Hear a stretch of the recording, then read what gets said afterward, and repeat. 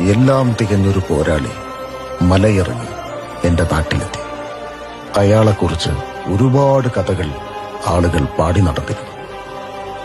ഒടിയും മന്ത്രതന്ത്രങ്ങളും മായാജാലവും വശമുള്ളവനെന്ന് ആളുകൾ പറഞ്ഞു.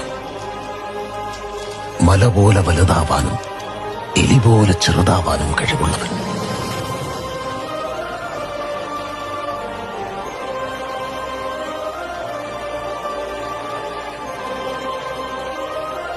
നന്ദുണിനാദം മുഴങ്ങി, ചേലിൽ കോമരമണിഞ്ഞൊരുങ്ങി, നെഞ്ചുടുക്കടി തുടങ്ങി, കണ്ണിൽ ആനന്ദമഴ തുടങ്ങി.